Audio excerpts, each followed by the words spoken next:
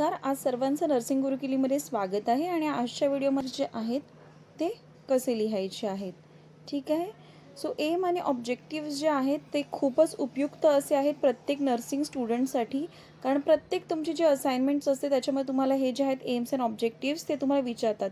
जसं की समजा लेसन प्लॅन लिहायचा आहे, तुम्हाला एखादा हेल्थ टॉक प्लॅन लिहायचा आहे, एखादा केस स्टडी जर तुम्हाला लिहायचं असेल, एखादं केस प्रेझेंटेशन असेल, कुठल्याही प्रकारचे जरी असाइनमेंट तुम्हाला लिहायचे असतील तर तुम्हाला एम आणि जे ऑब्जेक्टिव्ह आहे ते उत्तम लिहिणं गरजेचं आहे. जर तुम्ही व्यवस्थित हे लिहिलं नाही, क्लिअरली लिहिलं नाही, तर इनडायरेक्टली इम्प्रेशन जे आहे तुमच्या असाइनमेंटचं ते डाऊन होतं. पण डोंट वरी, आज आपण सर्वात पहिलं आपलं हे क्लिअर करूया की एम आणि ऑब्जेक्टिव्स याचा अर्थ काय आणि हे नेमके कसे लिहायचे असतात. ठीक आहे. सो आता सगळ्यात पहिलं आपण कॉन्सन्ट्रेट करूया ते म्हणजे एम म्हणजे काय. आता एम या शब्दाचा अर्थ काय.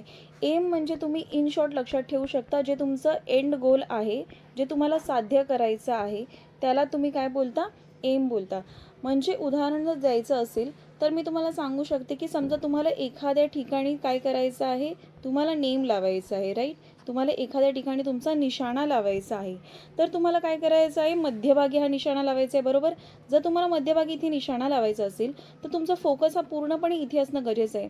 तुम्ही आजूबाजूला इथे कुठेही फोकस केलं तर तुम्ही तुमचा योग्य एकाच ठिकाणी निशाणा लावू शकता का, नाही. त्यामुळे तुम्हाला सातत्याने एकाच ठिकाणी फोकस ठेवून तुमचा नेम जो आहे तो लागणं गरजेचं आहे. तुमचं कॉन्सन्ट्रेशन, फोकस हा पूर्णपणे एकाच ठिकाणी असणं आवश्यक आहे. म्हणजेच एम म्हणजे काय, तर एम म्हणजे तुमचं लक्ष किंवा त्याला तुम्ही तुमचं ध्येय असंही म्हणू शकता. आणि त्यामुळेच कायम एक गोष्ट लक्षात ठेवा की तुमचं एम किंवा तुमचं जे लक्ष असतं ते कायम काय असतं, एक असतं. ते इम्पॉर्टंट असतं, प्राईम असतं. त्यामुळे काही मुलं लिहिताना काय लिहितात, एम्स असं लिहितात, जे पूर्णपणे काय आहे, चुकीचं आहे. तुम्हाला कधीही लक्षात ठेवायचं आहे एम हे तुमचं कायम एकच असतं. त्यामुळे ते तुम्हाला सिंग्युलर लिहायचं आहे, तुम्हाला मल्टिपल नाही आहेत. एस हा कधीच तुम्हाला वापरायचा नाही आहे. इट इज ऑलवेज एम हे लिहिताना तर कधीही तुम्हाला लिहायचं आहे. हे खूप छोटी गोष्ट आहे, पण ही अतिशय महत्त्वाची टिप आहे. कारण का हे जर तुम्ही लिहिलं नाही आणि जर तुम्ही एम्स असं लिहिलं तर समोरच्याला कळणार, टीचरला कळणार की तुमचं जे कॉन्सेप्ट आहे ते क्लिअर नाही आहे, बरोबर. त्याच्यानंतर आता आपण बघूया की असाइनमेंटमध्ये जर तुम्हाला एम लिहायचं असेल आहे at the end of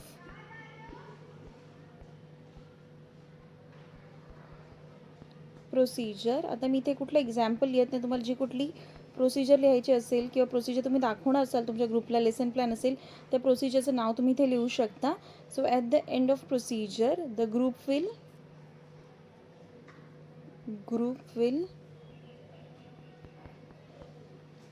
gain knowledge म्हणजे त्यांना त्याच्याविषयी काय मिळणार आहे, माहिती मिळणार आहे.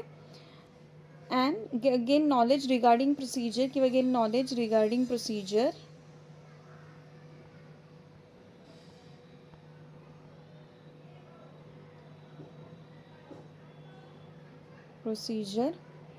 and performs it successfully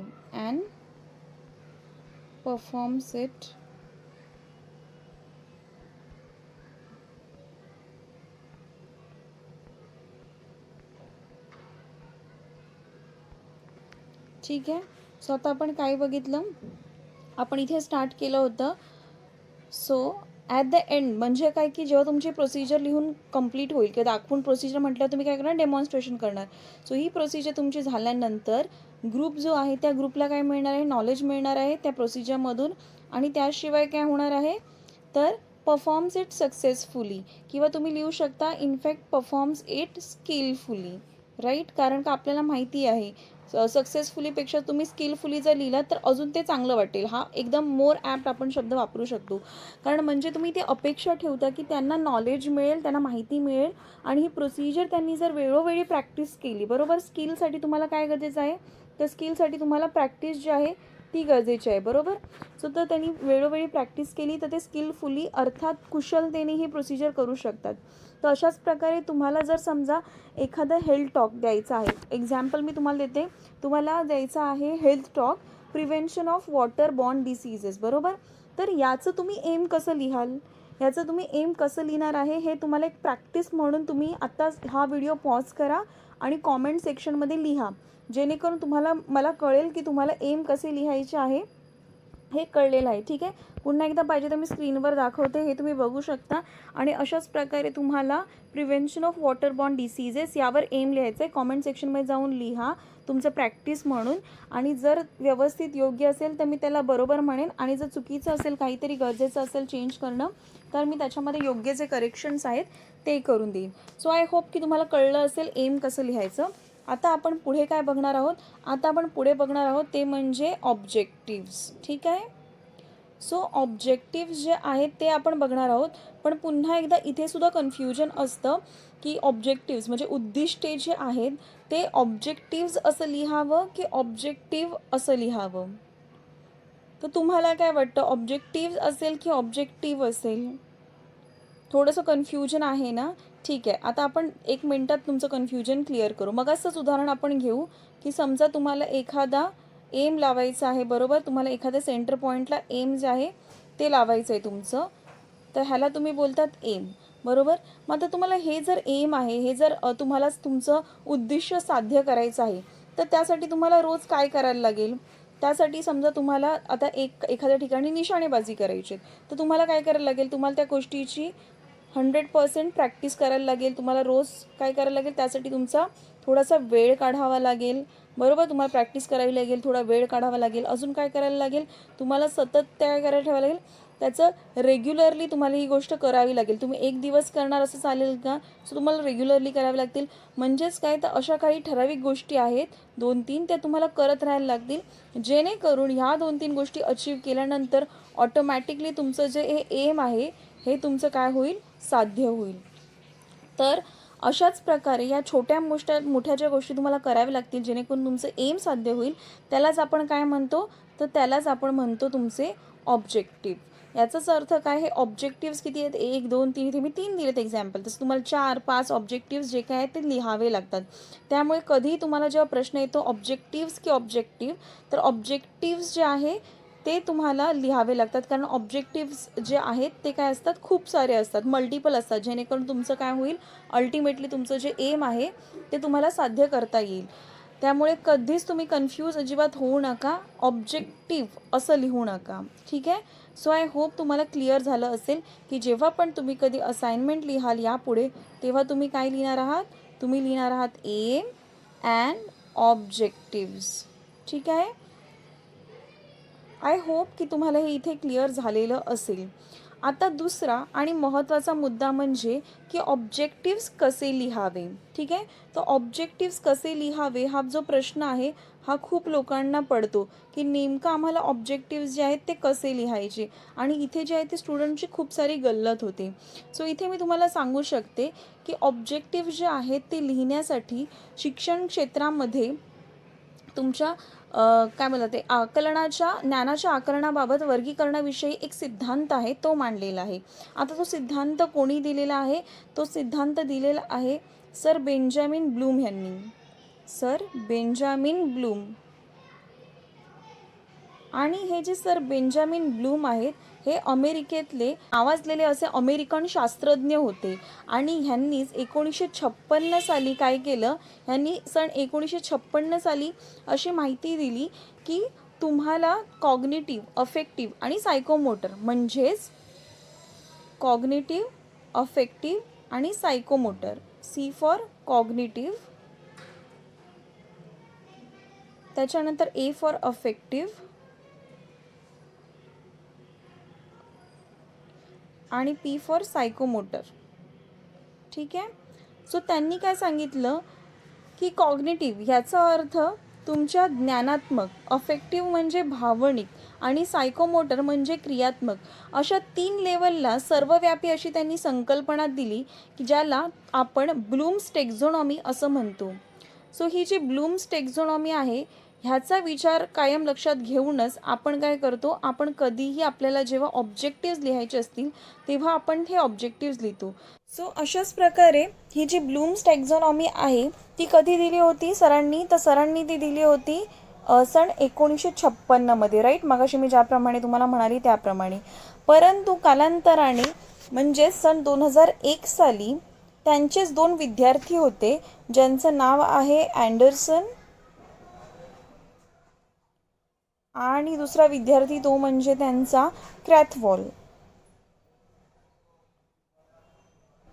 तर अशा ह्या दोघांनी, हे दोघंही सुद्धा सायंटिस्ट होते, तर ह्यांनी काय सांगितलं की सध्याच्या परिस्थितीत लक्षात घेऊन थोडंफार जे आहे ह्या ब्लूम्स टेक्झॉनॉमीमध्ये, या वर्गीकरणामध्ये बदल करणं गरजेचं आहे. म्हणजेच एकत्रीकरण काढून टाकले आणि नवनिर्मितीला ब्लूम्सच्या वर्गीकरणामध्ये सर्वोच्च स्थान दिले गेले. आणि असा हे जो बदल आहे तो 2001मध्ये झाला. बऱ्यापैकी तुम्हाला जेव्हा हे प्रश्न विचारले जातात, काही कॉम्पिटिटिव्ह एक्झाममध्ये सुद्धा विचारले जातात की ब्लूम्स टेक्झॉनॉमी, आणि ही जी 2001 साली दिलेली त्याला म्हणतात मॉडिफाईड ब्लूम्स टेक्झॉनॉमी. मग ह्यामध्ये काय बदल आहे, तो नेमका बदल काय आहे, तो सुद्धा जर तुम्ही हा व्हिडिओ बघितलात तर या व्हिडिओच्या शेवटी तुम्हाला कळेल. त्यामुळे जराही स्किप न करता हा व्हिडिओ व्यवस्थित आणि पूर्ण बघा. ठीक आहे. सो मगाशी आपण म्हटल्याप्रमाणे तुम्ही जे हे CAP कॅप आहे हे तुम्ही लक्षात ठेवू शकता. निमॉनिक्स तो म्हणजे कॉग्निटिव्ह डोमेन, बरोबर. सो ह्या कॉग्निटिव्ह डोमेनमध्ये काय फरक झालेले आहेत ते मी तुम्हाला सांगणार आहे. सो आपण सगळ्यात पहिलं बघूया की 1956मध्ये जो आपल्याला सर ब्लूम, बेंजामिन ब्लूम ह्यांनी दिलेलं होतं ते काय होतं, आणि त्याच्यानंतर आपण बघणार आहोत की 2001मध्ये त्याच्यामध्ये काय फरक झालेला आहे. ठीक आहे. सो फर्स्ट जे आहे त्याच्यामध्ये त्यांनी हा जो ट्रायंगल तुम्हाला दिसतो त्याच्यामध्ये मी तुम्हाला सांगणार आहे की सरांनी काय सांगितलं होतं. सो इकडे सरांनी पहिलं काय सांगितलेलं होतं कॉग्निटिव्हमध्ये, सगळ्यात पहिला भाग असतो तो म्हणजे नॉलेज.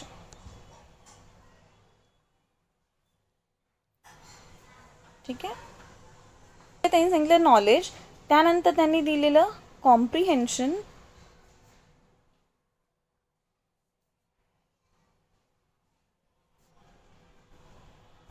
नंतर त्यांनी सांगितलेलं तिसरं म्हणजे ॲप्लिकेशन. तुम्ही इथे हा व्हिडिओ बघता बघता जर तुमचे नोट्स जर तुम्ही लिहिले तर तुम्हाला ऑटोमॅटिकली तुमचे जे नोट्स आहेत तेही बनले जातील. ठीक आहे, कारण हा इम्पॉर्टंट क्वेश्चन आहे तुमचा एक्झाम पॉईंट ऑफ व्ह्यूने सुद्धा. त्यांनी सांगितलं ॲनालिसिस, त्याच्यानंतर त्यांनी सांगितलं सिंथेसिस. इथे मला जागा नसल्यामुळे माझं थोडं वरखाली होत आहे, पण तुम्ही व्यवस्थित लिहून घ्या. आणि हे जे मी तुम्हाला दिलेले आहेत ना ह्या टर्म्स, ह्या तुम्ही ह्या ज्या ट्रायंगल आहेत इथे लिहू शकता. ठीक आहे. मला इथे जागा कमी असल्यामुळे, शॉर्ट असल्यामुळे मी तुम्हाला इथे बाहेर लिहून दाखवत आहे. ठीक आहे. ओके.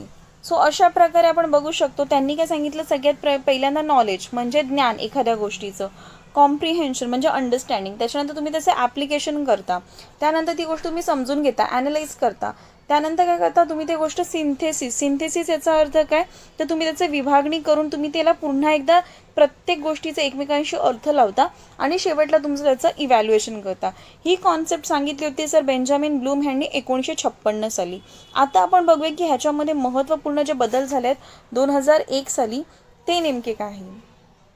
सो मी जसं म्हणाले तसं 2001मध्ये ह्याच्यामध्ये थोडेफार बदल झालेले आहेत जे आहे मॉडिफाईड टेक्झॉनॉमी, जे तुम्हाला लक्षात ठेवायचे आहे. ठीक आहे. तर ह्याच्यामध्ये काय सांगितलेलं आहे त्यांनी, ह्याच्यामध्ये सगळ्यात पहिलं होतं ते म्हणजे रिमेंबरिंग.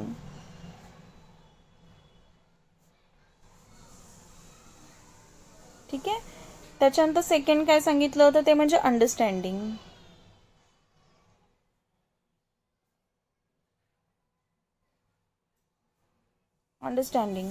त्याच्यानंतर काय सांगितलं होतं ते म्हणजे अप्लाइंग.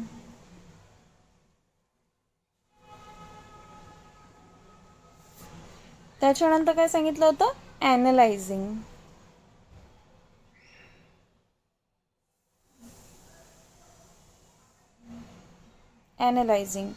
त्याच्यानंतर सांगितलं आहे इथे इव्हॅल्युएटिंग. हे या बॉक्सच्या आत येणं गरजेचं आहे. इथे मला इथे जागा कमी पडते म्हणून मी इथे खाली लिहिते. हे इथे आहे लास्टला क्रिएटिंग. ठीक आहे. सो येस, अशा प्रकारे त्यांनी चेंजेस दिले. आता जर तुम्ही व्यवस्थित बघितलात तर तुम्हाला लक्षात येईल की जे महत्त्वाचे बदल जे आहेत ते कुठे झाले आहेत. ओके, पहिलं आपण इथे समजून घ्या मग तुम्हाला लक्षात येईल. फर्स्ट आहे रिमेंबरिंग म्हणजे काय, recalling relevant knowledge from long term memory. म्हणजे तुमचं जे काही तुम्हाला माहिती आहे ते तुम्ही रिमेंबर करताय, रिकॉल करताय, आठवण्याचा प्रयत्न करताय. That is recall, that is your memory. ठीक आहे. त्याच्यानंतर नेक्स्ट काय सांगितलं त्यांनी, अंडरस्टँडिंग म्हणजे making sense of what you have learn, जे तुम्ही समजलं आहात त्याचा अर्थ तुम्ही व्यवस्थित लक्षात घेण्याचा प्रयत्न करता, बरोबर. सो तुम्ही काय करता, ती गोष्ट तुम्ही समजून घ्यायचा प्रयत्न करता. त्याच्यानंतर अप्लाइंग म्हणजे काय, की जे यूज केलेलं नॉलेज आहे, okay, use gain knowledge in new ways, तुम्ही जे काही नॉलेज गेन केलेलं आहे त्याचं तुम्ही काय करणार, नवीन ठिकाणी नवीन गोष्टींसाठी तुम्ही त्याचा काय करणार, वापर करणार आहे, तर न्यू वेजमध्ये तुम्ही त्याचा उपयोग करणार आहात, बरोबर. त्याच्यानंतर analysing means break concept into parts and understand each part related to another, म्हणजे तुम्ही ज्या गोष्टी समजून घेतात त्याचं तुम्ही काय करणार, विश्लेषण करणार आणि नंतर काय करणार, तुम्ही त्या गोष्टी एकमेकांशी त्याचा संदर्भ जाऊन जुळून बघणार की कशा त्या गोष्टी आहेत. नंतर सांगितलं होतं इव्हॅल्युएटिंग म्हणजे making judgement based on set guidelines ज्या तुमच्या असतात त्या, म्हणजेच तुम्ही इव्हॅल्युएट करणार की जे काही तुमच्याकडे आहे त्याचं तुम्ही जजमेंट बनवणार. आणि last but not the least is creating means putting information together in innovative ways. So तुम्ही जर लक्षात घेतलं तर हे जे आहे, जे पहिलं 1956 साली दिलेलं होतं आपल्याला, आपण इथे बघू शकतो की 1956 साली जे आपल्याला हे सर बेंजामिन ब्लूम ह्यांनी जे हे दिलं होतं, बेंजामिन ब्लूम ह्यांची आहे, बरोबर, ही टेक्झॉनॉमी. तर ह्याच्यामध्ये 1956 साली ही जी दिली होती बेंजामिन ब्लूम ह्यांनी ही जी टेक्झॉनॉमी, ह्याच्यामध्ये आणि त्याच्यामध्ये मेनली काय फरक आहे, तर त्याच्यामध्ये मेनली फरक आहे की जे वरचे 2 कॉलम्स आहेत, इव्हॅल्युएशन अँड सिंथेसिस, आणि तेच कॉलम तुम्ही इथेही पाहू शकता तुमच्या 2001च्या याच्यामध्ये पण तुम्ही हे 2 कॉलम बघू शकतात. हे जे वरचे 2 कॉलम आहेत ते फक्त काय केलेले आहेत, एक्सचेंज झालेले आहेत. आणि हा खूप इम्पॉर्टंट क्वेश्चन आहे for exam point of view, कारण तुम्हाला कधी मॉडिफाईड ब्लूम्स टेक्झॉनॉमीवर पण प्रश्न येऊ शकतात. सो इथे काय त्यांनी सांगितलं, इथे फक्त त्यांनी एवढंच करेक्शन दिलं होतं अँडरसन आणि क्रॉथवेल ह्यांनी 2001 मध्ये, की सरांनी जे सांगितलं होतं की आधी सिंथेसिस करायचं आणि मग इव्हॅल्युएशन करायचं, तसं न करता पहिलं तुम्ही इव्हॅल्युएशन करणार. आपण केअर प्लॅनमध्ये पण काय करतो, इव्हॅल्युएशन करतो आणि इव्हॅल्युएशन केल्यानंतरच आपल्याला कळतं की काही जे चेंजेस आहेत गरजेचे ते आपण चेंजेस करू शकतो. So that is all about your cognitive, right. आता आपण नेक्स्ट बघूया पुढचे, ते म्हणजे अफेक्टिव्ह. आता अफेक्टिव्हमध्ये काय असतं, तर अफेक्टिव्हमध्ये पण तुम्हाला अगेन वेगळे सेक्शन आहेत. त्याच्यामध्ये पहिलं आहे तुम्हाला रिसिविंग. त्याच्यानंतर तुम्हाला नेक्स्ट आहे ते म्हणजे रिस्पॉन्डिंग.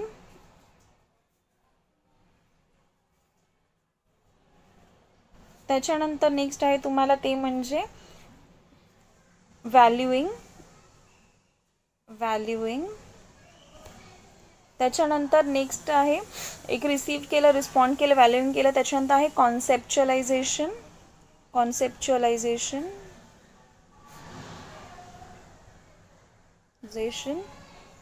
नेक्स्ट आहे तुमचं ऑर्गनायझेशन.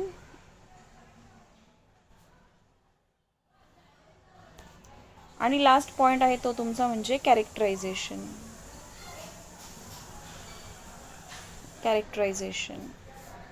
आता आपण ही जी अफेक्टिव्ह डोमेन आहे ते एक एक्झाम्पल घेऊन मी तुम्हाला सांगते की समजा एखाद्या विद्यार्थ्याला जेव्हा शिक्षक काही करेक्शन सांगतात, म्हणजे तो ती इन्फॉर्मेशन काय करतो, सगळ्यात पहिल्यांदा तो ती इन्फॉर्मेशन रिसीव्ह करतो. त्यावर समजा तो सॉरी बोलला, म्हणजे तो काय करतो, रिस्पॉन्ड करतो जे करेक्शन मिळाले त्यासाठी, ठीक आहे, की मला. त्याच्यानंतर समजा त्याला जे करेक्शन मिळालेलं आहे त्याच्यावर समजा तो विचार करतो की कसं काय मलाच काय ओरडतात, म्हणजे टीचर मला जे काय बोलतात तर तो व्हॅल्यू करतो की मलाच काय ओरडतात किंवा माझ्याच का पाठी पडलेले असतात. किंवा तो कधी विचार करू शकतो पॉझिटिव्ह वेने की अच्छा ठीक आहे, मला करेक्शन सांगितलं म्हणजे मी अजून चांगला वागला पाहिजे त्यासाठी. सो व्हॅल्यू ठरवतो, त्याच्या कॉमेंट्स मिळालेत त्याचं, त्याला व्हॅल्युएशन म्हणतो आपण. त्यानंतर काय करतो, कॉन्सेप्च्युअलायझेशन. तो स्वतःची कॉन्सेप्ट क्लिअर करतो, बनवतो की पॉझिटिव्ह की निगेटिव्ह असू शकते ती कॉन्सेप्ट. जर समजा त्याने मिळालेलं जे करेक्शन आहे ते पॉझिटिव्हली घेतलं तर तो पॉझिटिव्ह कॉन्सेप्ट बनवणार की ठीक आहे माझ्या चांगल्यासाठी मला सांगितलेलं आहे. जर समजा त्याला असं वाटतं की मलाच काय ओरडतात, म्हणजे त्याने काय केलं, निगेटिव्ह कॉन्सेप्ट बनवली की यार मलाच पाठी नेहमी पडतात, काय असं करतात वगैरे. त्याच्यावर डिपेंड करतं की ऑर्गनायझेशन. ठीक आहे. सो समजा त्याने पॉझिटिव्हली घेतले की ठीक आहे, मला एक्सप्लेन केलं, मला ओरडले, माझ्या चांगल्यासाठी आहे. सो आता त्याने काय ऑर्गनायझेशन करू शकतो, तर तो स्वतःच्या सवयींचे व्यवस्थित ऑर्गनायझेशन करू शकतो, जेणेकरून भविष्यात त्याचं जे कॅरेक्टर असेल ते चांगलं असेल, तो ऑनेस्ट बनेल, तो एक समजा त्याला टाईमबद्दल काय करेक्शन सांगितलं असेल तो डिसिप्लिन बनेल, पंक्च्युअल बनेल. So this is all about your affective domain. Affective म्हणजे मी तुम्हाला आधीच सांगितल्याप्रमाणे भावनिक, हे तुमच्या भावनिक डोमेन आहे, त्याच्यावर सगळं डिपेंड करतं. आता तिसरं आणि महत्त्वाचं ते म्हणजे आहे तुमचं सायकोमोटर डोमेन. ठीक आहे. सो आता आपण बघूया की सायकोमोटर डोमेन कसं असतं. सो सायकोमोटर डोमेनमध्ये सुद्धा कसं आहे, सायकोमोटर डोमेनमध्ये पहिलं आहे स्टिम्युलेशन, त्याच्यानंतर आहे मॅनिप्युलेशन,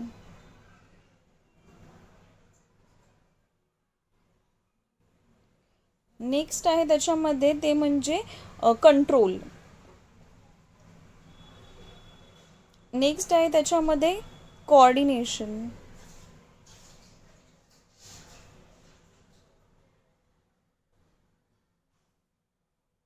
त्यानंतर असते नॅचरलायझेशन,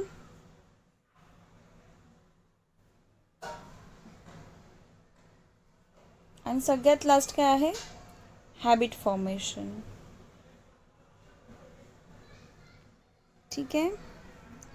okay, now just will see one by one. ठीक आहे. आता आपण हे जे सायकोमोटर डोमेन आहे ते सुद्धा आपण वरील जे उदाहरण घेतलं आहे ते सेम उदाहरण बघितले, तर लक्षात घ्या की टीचरने जे कॉमेंट्स दिलेले आहेत ते काय झालं, stimulation. It is like a stimuli for student. त्यासाठी ते काय झालं, स्टिम्युलस झालं की एखादी गोष्टी तुम्हाला जाणीव करून दिलेली आहे, त्याला स्टिम्युलेशन म्हणतात. बरोबर. तर विद्यार्थ्याने त्याच्यासाठी जे त्वरित बदल म्हणजे काय झालं, मॅनिप्युलेशन. तो जे सॉरी बोलला आपण बोललो ना, सो त्याने काय केलं, तुरंत मॅनिप्युलेशन केलं. जर तो आपल्या सवयी जाणून बुजून योग्य बदल होईपर्यंत करत राहिला तर त्याला कंट्रोल आणि कोऑर्डिनेशनची गरज आहे. सो आपल्याला माहिती आहे की त्या ॲक्टिव्हिटीज समजा त्याने 21 दिवस कमीत कमी काय केल्या, बदलल्या. आता आपण एक्झाम्पल घेऊया. समजा त्याला पंक्च्युअलिटीवरून बोललेलं आहे की तू वेळेवर नाही आलास वगैरे, तर त्याला टाईम आणि डिसिप्लिन बनण्यासाठी, पंक्च्युअल बनण्यासाठी कमीत कमी 21 वेळा ते वेळेवर उठणं, त्याच्यानंतर वेळेवर सगळी त्यांची कामं करणं, शाळेमध्ये वेळेवर पोचणं, हे सगळं करायला पाहिजे. बरोबर. जेणेकरून ते काय होईल, त्याचं नेचर बनेल, नॅचरली त्या गोष्टी येतील आणि लॉंग टर्मला मोठा होईपर्यंत त्याचं काय होईल, ती हॅबिट फॉर्मेशन होईल. सो हे सगळं कार्य जे आहे ते कशाचं असतं, ते असतं तुमच्या सायकोमोटर म्हणजे क्रियात्मक डोमेनचं, की तुम्ही कसे वागता. So this is all about हे जे आपण बघितलेले आहेत ना 3, हे आहेत तुमचे कॉग्निटिव्ह. आपण सगळ्यात पहिलं बघितलं 1956मध्ये काय झालं, त्याच्यानंतर 2001मध्ये त्याच्यावर बदल काय झाले, त्यानंतर आपण बघितलं अफेक्टिव्ह डोमेन कसं आहे, आणि नंतर आपण बघितलं सायकोमोटर डोमेन कसं आहे. राईट. आत्ता आपण बघूया की ही जी माहिती आहे ही माहिती तुम्हाला गरजेची आहे स्टुडंट नर्सेसला. का? कारण जेव्हा तुम्ही कुठल्याही प्रकारचं लेसन प्लॅन लिहिता किंवा तुम्ही कुठल्याही प्रकारचं जेव्हा हेल्थ टॉक लिहिता, तेव्हा तुम्हाला तुमची जी उद्दिष्टे आहेत, तुमचे जे ऑब्जेक्टिव्ज आहेत ते तुम्हाला लिहायचे असतात. ते तुम्हाला कशावरून लिहायचे असतात, तर तुम्हाला लिहायचे असतात ते मॉडिफाईड ब्लूम्स टेक्झॉनॉमी ह्याच्या आधारावर तुम्हाला लिहायचे असतात.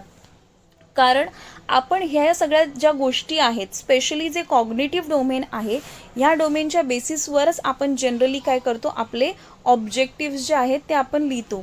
त्यामुळे आपल्याला ते व्यवस्थित समजणं हे अतिशय काय आहे, गरजेचं आहे. ओके. सो आत्ता आपण जे कॉग्निटिव्ह डोमेन मी म्हणाले तुम्हाला, तर त्याचा मी हा चार्ट आहे तो इथे तुम्हाला दाखवते आहे. कारण आपल्याला जर ऑब्जेक्टिव्ह लिहायचं असेल तर आपल्याला विविध तुमचे जे नॉलेज आहे त्याच्यामध्ये तुम्हाला काही काही तुम्ही वापरणार. कॉग्निटिव्हमध्ये तुम्हाला remember, understand, apply, analyse, evaluate आणि क्रिएट असे 6 ॲस्पेक्ट दिलेले आहेत. तर आपण वन बाय वन बघूया की त्याच्या आतमध्ये काय जे वर्ब्स आहेत ते तुम्हाला वापरायचे आहेत. बरोबर. सो सगळ्यात पहिलं रिमेंबर आहे, त्याच्यामध्ये तुम्हाला retain and recall, recognise knowledge. त्यासाठी तुम्ही कुठले कुठले वर्ब्स वापरू शकतात, arrange, define, identify, label, list, match, memorise, recall, recite, recognise. आता हे शब्द तुम्ही कसे वापरू शकतात, अरेंज डिफाईन तर तुम्हाला माहिती आहे डेफिनेशन साठी वापरू शकता. आयडेंटिफाय म्हणजे एखादी कॅरेक्टरिस्टिक. इंडिकेट तुम्ही करू शकता, एखादं लेबलिंग करू शकता जर तुम्हाला सायन्स सिम्टम्स किंवा तुम्ही एखादा चार्ट दाखवणार असाल त्यासाठी. लिस्ट तुम्ही समजा एखादे अगेन इंडिकेशन, कॉन्ट्रा इंडिकेशन त्यासाठी वापरू शकता. तो तुमचं जे तुम्हाला ऑब्जेक्टिव्स बनवायचे आहेत त्याला जे तुम्हाला शब्दांचा वापर करायचा आहे ते हे वेगवेगळ्या प्रकारचे शब्द तुम्हाला वापरायचे आहेत. त्याच्यानंतर जे अंडरस्टँड आहे म्हणजेच काय, ट्रान्सलेट अँड इंटरप्रिट नॉलेज. त्यासाठी तुम्ही काय करू शकता, कम्पेअर. तुम्हाला त्यांचं अंडरस्टँडिंग कसं करणार, तुम्ही कम्पेअर, क्लासिफाय, त्याच्यानंतर डिस्क्राईब करा, डिस्कस करा, एक्सप्लेन, गिव्ह एक्झाम्पल्स, त्यानंतर एखादी गोष्ट इंटरप्रिट करणे, त्याचा अर्थ समजून घेणे, पॅराफ्रेझिंग करणे, प्रेडिक्ट करणे, म्हणजे आपण एखादी गोष्ट सांगणे, भविष्य सांगतो तसं, प्रेझेंट करणे, रिपोर्ट, रिराईट करणं, समराईज करणं, हे सगळे जे वर्ब्स आहेत ते तुम्ही तुमच्या ऑब्जेक्टिव्समध्ये वापरू शकता त्यांचं अंडरस्टँडिंगसाठी. नेक्स्ट आहे थर्ड म्हणजे apply knowledge to different situations. त्याच्यामध्ये कॅल्क्युलेट, कम्प्लीट, डेमॉन्स्ट्रेट एखादी प्रोसिजर असेल तर, किंवा execute, illustrate, implement, modify, organise, practice, prepare, solve, show, use, write, हे तुम्ही काय करू शकता, वर्ब्स वापरू शकतात. त्याच्यानंतर पुढचं आहे ते म्हणजे ॲनालाइज. त्याच्यामध्ये तुम्ही काय करू शकता, break down information to look at relationship. तर मग अशी मी त्याप्रमाणे म्हणाले की तुम्ही एखादी कॉन्सेप्ट समजून घेतली तर त्याचे काय करता, छोटे छोटे भाग करता आणि प्रत्येकाचा अर्थ समजून घेता एकमेकांशी काय आहे. सो कॅटेगोराईज, त्याच्यानंतर contrast, compare, criticise, debate, differentiate, एखादा फरक समजून घ्यायचा असेल तर, experiment, inspect, infer, investigate, organise, outline, question, separate, test, ह्या प्रकारचे वर्ब्स तुम्ही वापरू शकता. नेक्स्ट आहे इव्हॅल्युएशन, म्हणजे making judgement based upon evidence found. त्यासाठी तुम्ही attribute, argue, assess, check, compare, conclude, contrast, criticise, critique, defend, examine, justify, measure, recommend, support, reflect, हे सर्व शब्द इव्हॅल्युएशन चेक करण्यासाठी वापरू शकता. क्रिएशन, जे लास्ट आहे आपलं कॉग्निटिव्हमध्ये हायेस्ट जे आहे, compile information to generate new solution. So जी माहिती मिळालेली आहे त्याचं पुन्हा रिजनरेशन कसं करू शकता, arrange, calculate, compose, construct, design, develop, devise, formulate, generate, hypothesise, plan, prepare, produce, propose, revise, summarise आणि सिंथेसाइज. तो अशा प्रकारे हे मी तुम्हाला जी एक चार्ट हा सांगितलेला आहे त्या चार्टमध्ये दिलेल्या वर्ब्सचा, शब्दांचा उपयोग करूनच तुम्हाला तुमचे जे ऑब्जेक्टिव्ज आहेत ते लिहायचे आहेत. ठीक आहे. जराही आता कन्फ्यूज नका हो, कारण का व्हिडिओ जर तुम्ही आत्तापर्यंत बघितलेला असेल तर तुम्हाला कळलं असेल कसं हे करायचं आहे. आता हे शब्द जे मी तुम्हाला एक्सप्लेन केले आहेत तेही तुम्हाला कळले असतील. चार्ट बघितल्यावर तर तुम्हाला कळलंच असेल की ऑब्जेक्टिव्ह जर तुम्हाला लिहायचे असतील तर तुम्हाला काय करायचं आहे, कॉग्निटिव्ह जे तुमचं डोमेन आहे त्याचे तुम्हाला वेगवेगळ्या प्रकारचे जे शब्द आहेत ते वापरायचे आहेत. ठीक आहे. सो तुम्हाला आता एक उदाहरण सांगते मी कसं लिहायचं आहे. फॉर एक्झाम्पल तुम्हाला ऑब्जेक्टिव्हमध्ये तुम्ही पहिलं कसं लिहिणार, आपण सेम जे उदाहरण बघितलं होतं एमचं तेच बघूया की त्याचे तुम्हाला ऑब्जेक्टिव्ह लिहायचे. तर तुम्ही लिहू शकतात की at the end of procedure, at the end of this procedure, ही प्रोसिजर झाल्यानंतर the group will be able to, the group will be able